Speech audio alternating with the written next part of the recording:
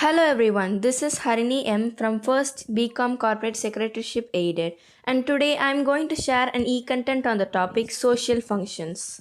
In this session, we'll be seeing about what is social function, what are its types with examples, how to identify these social functions, and lastly, how to frame dialogues or sentences with them.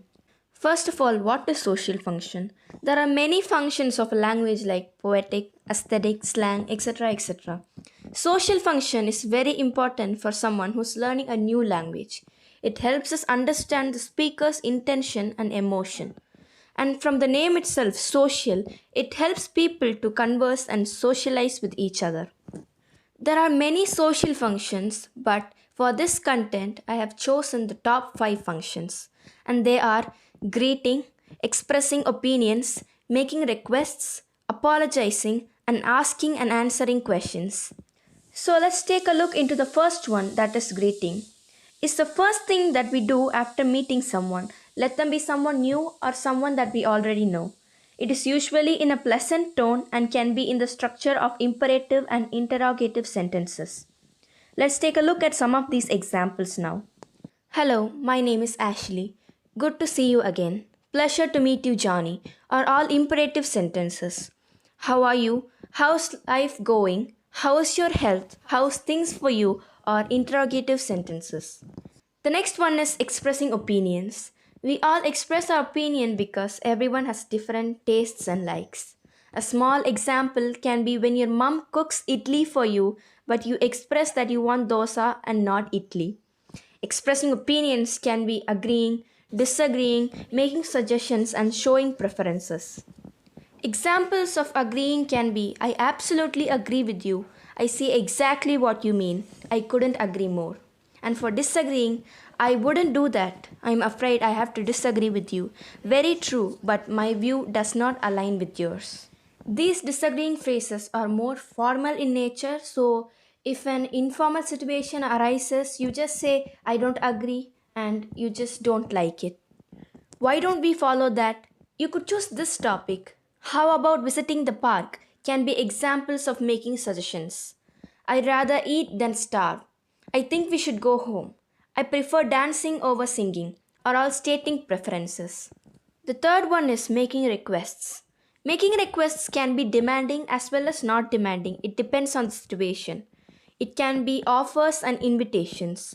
Making complaints fall under this category too. So, for requesting, some examples are you must go there. So, see, this is demanding. Will you carry this for me? Will you do that? Are not so demanding in nature.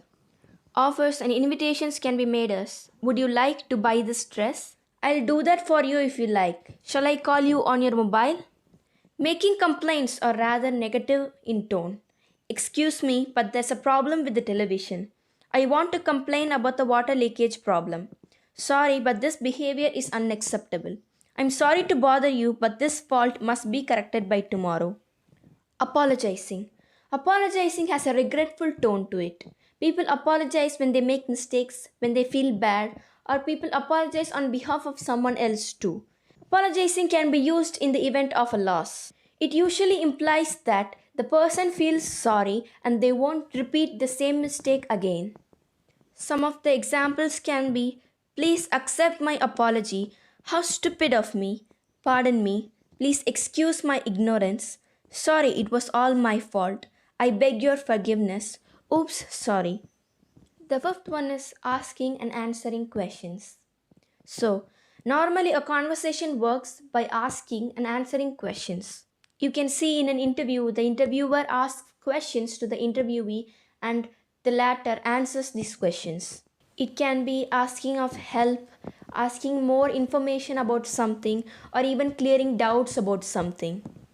Asking questions are usually interrogative sentences.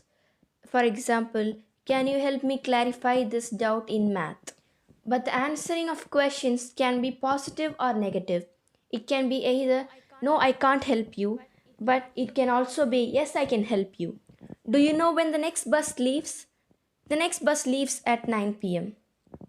Can you help me with my project? Yes, I can help you with your project. So these are the top 5 social functions in English. But as I said in the beginning, there are many social functions in this language. So it's kind of tough to identify which social function is expressed in the sentence. We can use two things to identify the social function. One is the tone of the sentence. It can be positive or negative or regretful in tone, anything. And the second one is the common phrases used in the sentence. For example, if the tone of the sentence is positive, it can be agreeing, that is, expressing your opinions. If it is negative, it can be disagreeing. And if it has a regretful tone to it, it can be categorized under apologizing. So, for the common phrases, how about, what about this, I like, can be making suggestions or stating preferences, which comes under expressing opinions. And for apologies, it can be sorry, excuse me, pardon. These words, if they are used in these sentences, it can be categorized under apologizing. Let's frame sentences now using the social functions. So the first social function is greeting someone. So for example, let's take the conversation between A and B. A. Hello, nice to meet you. B. Hi, nice to meet you too. How have you been? So the next one is asking about plans. It can be categorized under answering and asking questions. A. So, got any plans for tonight? The third one is seeking help. B. I have been having a writer's block since yesterday. Can you help me with my article? The fourth one is asking whether someone agrees or not. A. Yes, but my writing skill is not that impressive. Is that alright with you? The fifth one is disagreeing tactfully.